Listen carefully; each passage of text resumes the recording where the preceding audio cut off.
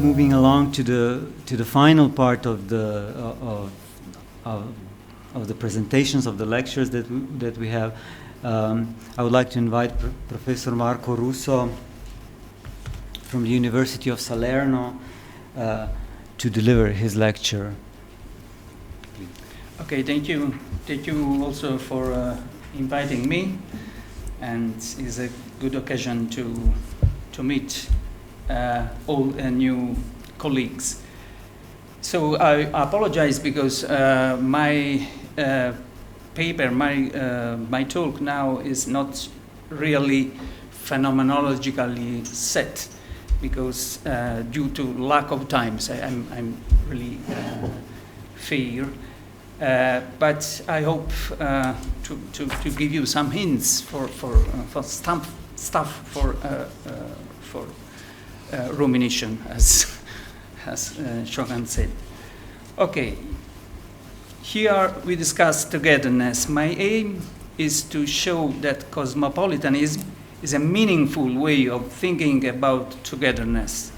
More specifically, I want to show that Kantian cosmopolitanism contains some aspects to overcome the limitations of legal political cosmopolitanism and recover the cosmological background from which the term is derived.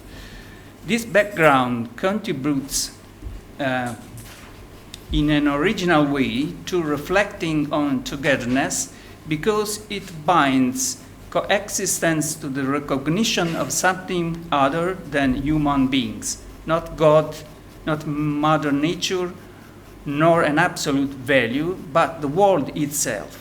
The world is the planet Earth as the sum of all places that coincides with none of them. It's the subsistence condition of past, present, and future generation. This approach meets some recent political and philosophical tendencies, as I will highlight. So the world can become the true unifying cosmopolitan subject, defending through international laws and ethical obligations. So first part, cosmopolitanism and togetherness. Let's ask, what is the relationship between togetherness and cosmopolitanism?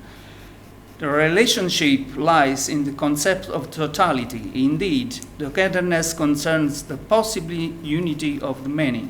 As such, it's a declination of totality. Cosmopolitanism, in turn, derives from cosmos, translated as mundus in Latin and world in the Anglo-German languages, which is also a concept of totality, universe seen as an interconnected whole within which man must place himself. The addition of polis to cosmos emphasizes the political aspect of this collocation. How is it community built? Usually the community has an ethnic linguistic basis and a command hierarchy that ensures order.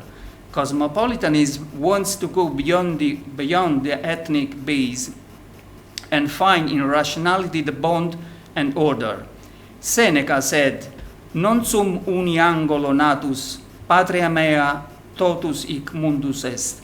I was not born to stand in a corner, my homeland is the whole world. Thus, there is a reversal. Community is formed by overcoming every kind of particularism. The world is the only communality. Rationality is the instrument to overcome the conflicting particularity. Rationality is by definition universal, that is cosmic. Ancient cosmopolitanism had the advantage of considering the cosmos a divinity, the expression of a superior rationality. Knowledge of nature, contemplation of the heavens gave the wise man the measure of things, showed the way to govern human passions. Modern cosmopolitanism arises when the notion of the cosmos wanes, hence it's born in a deformed way. So in place of the cosmos comes the idea of humanity. Being human means understanding one's destination. The destination is a peaceful community. There is peace if there is justice and freedom for all. Reciprocally, where there is justice and freedom, there is community. You have a destiny if you recognize that you are part of something bigger. This something is the building of a human community. Peaceful togetherness itself is the supreme goal, as everyone can be happy only together with others. Others are the means and the end of their own happiness. Cosmopolitanism thus takes the form of legal political program to create an international community on the basis of a certain fundamental rights and the aim of replacing war with cooperation. The limitation of this conception is that it forgets the world, which is reduced to an inert stage. Without the cosmic background, without the infinite universe outside, the earth becomes a flat surface, a cartographic representation to be manipulated at will. The risk is that cosmopolitanism becomes a generic universalism, which on the one hand becomes globalization, on the other multiplication of laws to tame globalization itself. The work where Kant articulates the cosmopolitan theory in detail goes precisely in this direction. The work is the project for perpetual peace. A few considerations arise here. Today we see that peace once again turns out to be a dream. War has returned just where it seemed to have been permanently carved. We are talking again of compulsory conscription, reinforcing armies, financing the war industry. War is the negation of togetherness, the most striking manifestation of human restless antagonism. Everyone is potentially the enemy of my needs, desires, freedom. Cosmopolitanism thus appears to be either a philosophical illusion or an ideology to conceal power relations. International law and world representative bodies like UNESCO, United Nations Organization, International Court of Justice, and so on, have implemented the philosophical dream, but reality is dominated by geopolitics and the fictitious universalism of economic globalization.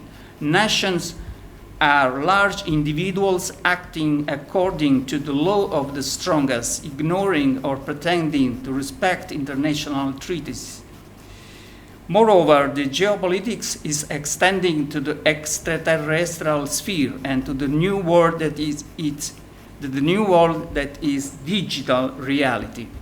The conquest of cosmic and digital space is linked to the economic and war interests of individual nations. This arch truth clearly shows the limits of legal political cosmopolitanism. The basic flaw does not lie in underestimating bellicosity. Kant emphasizes the fact that society is dominated by antagonism and men by radical evil. I quote, the conscious and deliberate subordination of the moral law under disposition that gives the subjective principle of self-love priority, end quote. The flaw lies in focusing only on man, progress, and emancipation. But this does not refute the relevance of cosmopolitanism. The world scale is in fact the yardstick of geopolitics, and it's widening towards ever wider horizons. This fact requires not less but more cosmopolitan vision. It requires that cosmopolitanism is not understood merely as a set of pacts, nor even as a generic universalism, but as the elaboration of a cosmological ethics that implies a series of self-limitations. In short, the only common dimension we have is not nature, but the world, that is, nature voluntarily seen as a whole. Now some hints to Kantian cosmopolitan framework. So Kantian's cosmology. Philosophical Kant is the last heir of the Western cosmological tradition, which he transformed in a modern sense, as Heidegger and above all Eugen Fink showed. From the tradition, Kant inherited the idea that we have an erect head to look at what is above us. Modern, however, is the awareness that what is above us depends on our power to understand and act. The thread running through this reflection is the idea of universitas. On the one hand, the physical world as an interaction between substances, between dynamic points that influence each other. On the other hand, the intelligible world as a community of rational beings. With the critical turn, the physical world as all-encompassing universitas becomes impossible. Kant decrees the end of the cosmos. In the first critique, he defines the world as the sum total of all appearances, the absolute totality of the sum total of existing things. But a totality of phenomena conflicts with the rules of objective knowledge. The object world does not exist. The word wool has nothing to do with any possible experience. However, the discourse does not end here. The metaphysical idea of totality of nature plays an essential role in guiding the unification of knowledge according to the, quote, cosmological principle of totality, and to a cosmological use of the reason that goes as far as the search of the original ground of the word's unity. The word takes on a new status. It's not a macro object, but a processual reality that, on the one hand, stands in close correlation with epistemic operations, and on the other, with the autonomous legislating power of the moral will. Fink said that the Kantian subject is Atlantic or Atlantean because it bears and endures the world which already has the horizon structure that Husserl would attribute to it. The cosmological totality does not simply not exist. Totality as a perfect nominal community does exist, but is a moral task. The point of connection between physical seriality and moral community is the geo-historical reality, the pragmatic dimension of everyday life where man learns to act not only as a private citizen, but as a Weltbürger. So let's go to the pragmatic word. Cosmopolitanism appears in Kant's anthropological and political writings, where the world is the theatrum of human life. Quote, the whole, in our case, is the world, the stage of all our experiences. End quote. The anthropological world is worldliness, the place where man constructs his own destiny. Cosmopolitanism has a distinctly secular character here, closely related to the philosophy of history. From a cosmopolitan perspective, history is, quote, a view of the welfare of mankind as a whole, insofar as the welfare of mankind increases within a series of developments extending to all future epochs, end quote. The world here is the pragmatic space of the social games, customs, habits, and power relationships. But it's also the concrete globe where geography and history overlap. The earth is the globus terraqueus, over which everyone has an original right, in which men, quote, stand in a community of possible physical interaction, commercium, that is in a thoroughgoing relation of each to others, of offering to engage in commerce with any other, end quote. The sphericity of the earth becomes a rational symbol of unity to guide the transition from an interdependence dominated by geopolitical conflicts to a community ruled by global justice. Anthropology is a tool to make this transition. Anthropology becomes a teleological moral map to understand how to change our mentality and moral disposition. So, a broad-minded way of thinking. It's possible to change mentality, Gesinnung.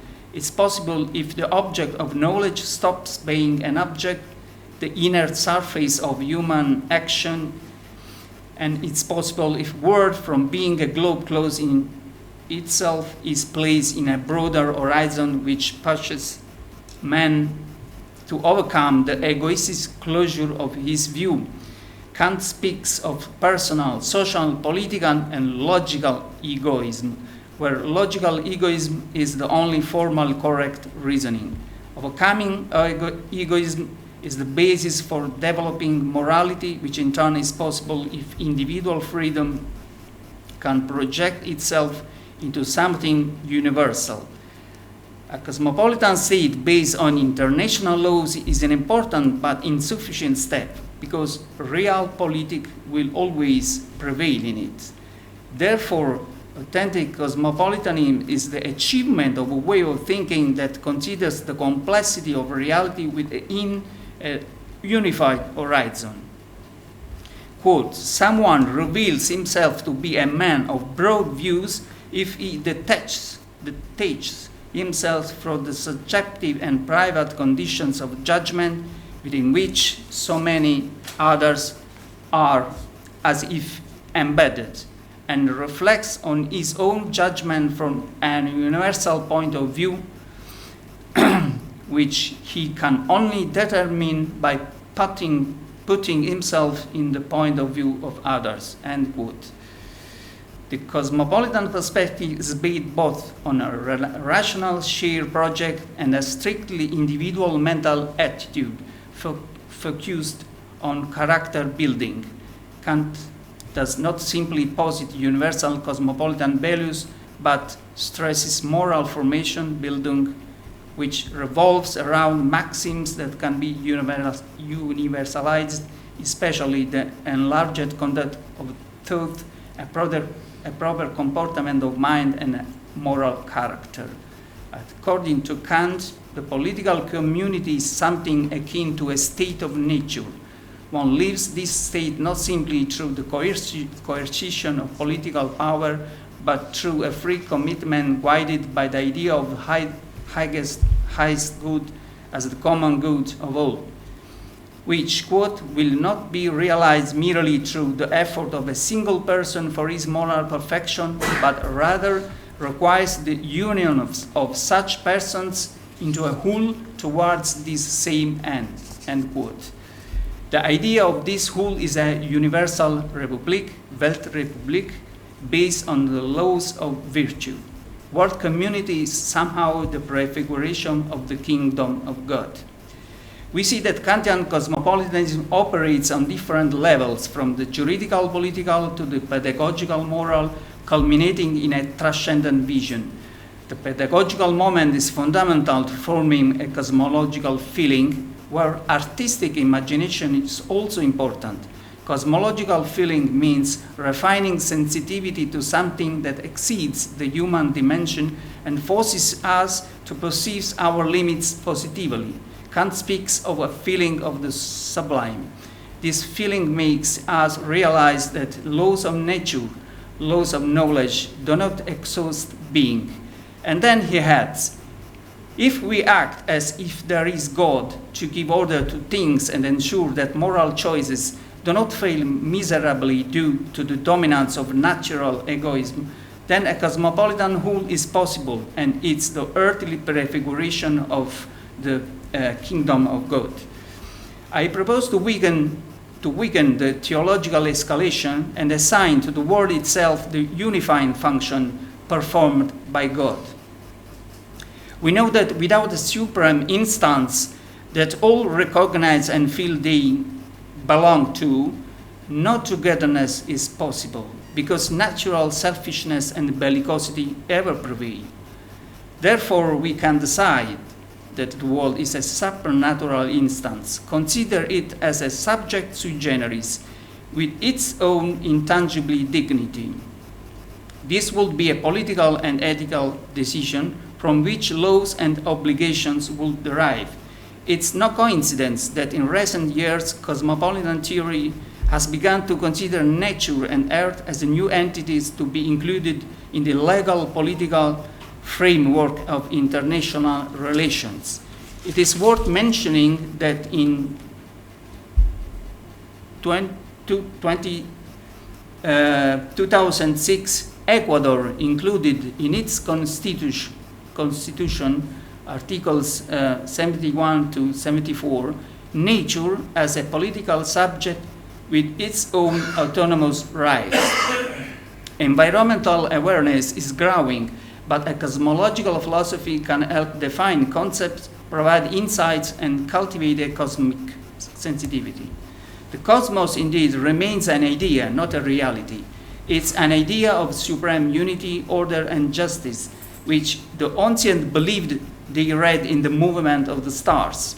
Kant recovers this idea but gives it the modern form of a construction made with moral coherence by men, who must decide which entity connects them and to which they assign universally binding value, which concrete things embody the world as a cosmopolitan subject, environment, common goods, bio and cultural diversity. This decision will always be a compromise, a political negotiation, but it will be a sign of real progress if it is carried out under the following ethical imperative. Learn to always consider the world also as an end in itself and not merely as a means. Thank you for your attention.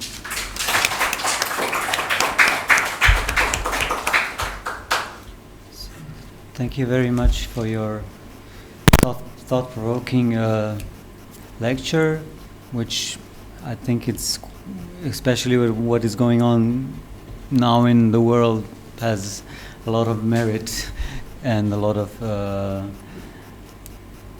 and can give substance to further discussions. And here we have Professor Prole. Dear colleague Russo, you mentioned at the beginning of your lecture that war negates togetherness, right? That way, something that, and we can agree it's kind of naive way of thinking. Those in favor of war would suggest otherwise. Would suggest that war is kind of liberation, that war removes the yoke of foreign occupation, that war is kind of thing which breaks the shackles. War is promising, opposite to your thesis, genuine and perennial community by doing so. The thing about war is it's a bit more tricky that you suggested.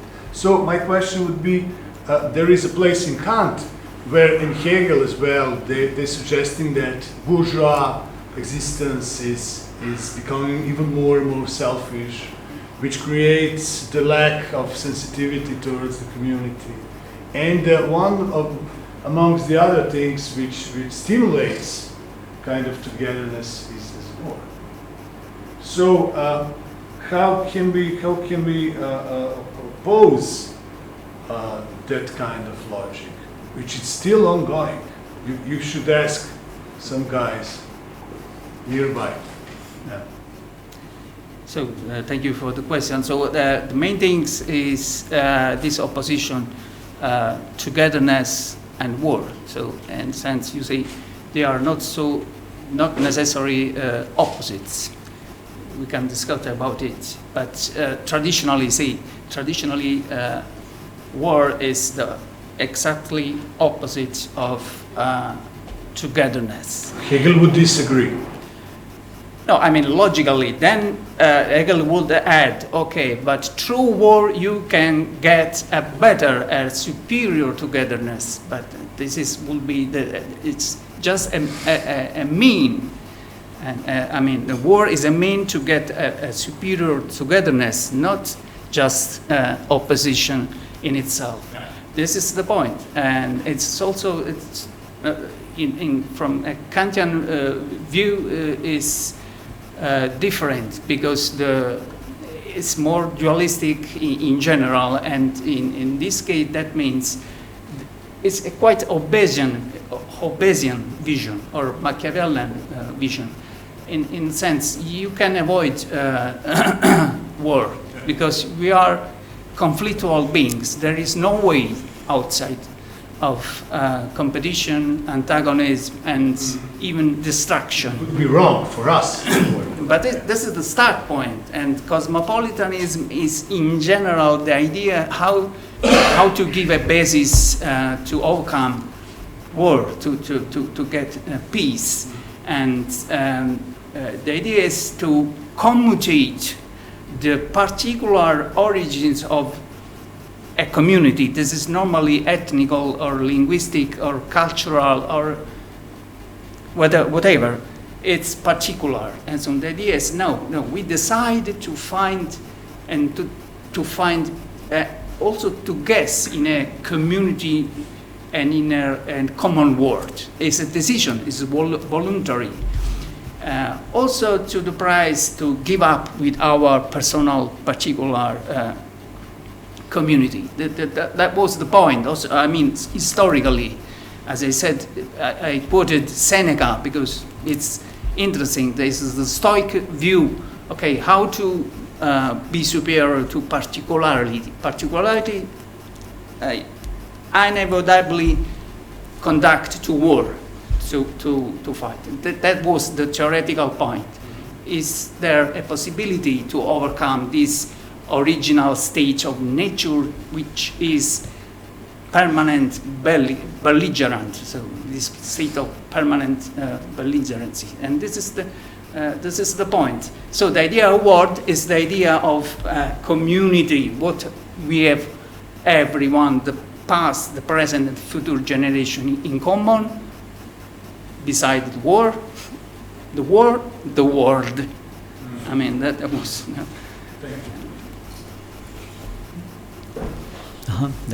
Dan. So thank you for your lecture. So the word cosmos is later designation for the word in Greek history of philosophy and so on. In Homer we don't find the word cosmos as a designation. So first I ask myself if the cosmos is not something that is invented from logos, from rationality and politics. This question is perhaps very important in phenomenological way of considering the world, because we cannot have the cosmological experience of the world without the intersubjective experience. So this is something that phenomenology has put on very clear. And how would you? This is quite different in when we consider the Kant position to cosmopolitanism. I'm not sure it will be so different. So as you know, I quoted this really interesting book of Eugen Fink, Welt und Endlichkeit. And this is a book on Kantian cosmology. It's really so innovative interpretation of Kantian cosmology. And as I quoted, she said, okay, Kantian remains subjectivist, but his subjectivity is Atlantean, Atlantic, I don't know how to, Atlantisch, this is the word, in the sense is so strongly related to the world, to the opening of a wide scene that he, in a way, go beyond the tradition of Cartesian subjectivity. This is the first point. The second point is that the world is not a thing. There is no cosmos because there is no one thing, something like a huge entity. It's just a work in progress. And this is absolutely clearly because the idea of world is antinomic, as Kant shows in the first critique. So you cannot avoid to get in contradiction, to get involved in contradiction when you think about the world. Is infinite or is infinite? Is made by monads or is continuous, and so on. There is no, and this antinomicity and the non-nicity from one side destroy the cosmos, the ancient cosmos, but opens up the new modern idea of cosmos. You know, that what I find it interesting, I found it interesting to propose this topic of cosmopolitanism, because it's really a way to think about togetherness. It's also, I mean, real, because we have a lot of international pacts and traktats, and also UNESCO, International Court of Justice. This is, in a way, the heritage of cosmopolitanism. But now the idea, the point is just a dream. It's just because the war is now there. That means the end of this idea of cosmopolitan society, or not? It is still a way to organize togetherness, to build togetherness, or not? And that was the point. In my view, and I tried to show that the enlightening idea, also partially Kantian idea of cosmopolitanism, is over, because we don't need just laws and international universal organisms. We need something more, so to find something which are to which we all feel to belong in, and environments, common goods, and such things still remains, and the young generation feels. Young generation feels it. I mean, we have something in common. We have to defend Earth and so on. So myself, I'm for all these attacks by ambientalists, because it's so important what is on stage that, I mean, this indignation find it ridiculous. But I'm talking too much. Another question, Witold, please. Thank you for this clear, well-structured talk. I was wondering, going back to the first question, do you think that this idea of cosmopolitanism in Kant is somehow comparable or can be connected to the idea of a just war? Because you know, there is no bad war. In Kant, you can also argue for something like a just war. So, do you know maybe some ideas of Kant in which he tried to confront those two ideas? So, not war as an opposition of cosmos, but something which serves to achieve a common good, right? Do you know possibilities? Is it possible to combine those ideas? I mean, if a war can be a good mean to get peace, is that the question? Not exactly. So not only as a mean, but it's just. So there is a moral right to engage in war, right? Okay. But I mean, from Kantian point of view, this is already reality. War exists and will remain there as a way to improve and to go ahead, and to, like in the case of Ukraine, to defend itself and so on. So this is the reality. The point is, and from, as I said, the start point is radical evil. So this is reality. There is something above reality. This is the question. So the answers will be there is, of course, justified war, Absolutely. But this is the phenomenal, natural world, the egoistic, the world of radical ego. The point is, there is another dimension which can inspire ourselves to overcome our natural belligerency. This is the basic Kantian point. You can say, no, it doesn't exist. Hello, bye-bye. And we still remain with this natural remedia. So this natural. So there is, of course, a justified war, like in Ukrainian case.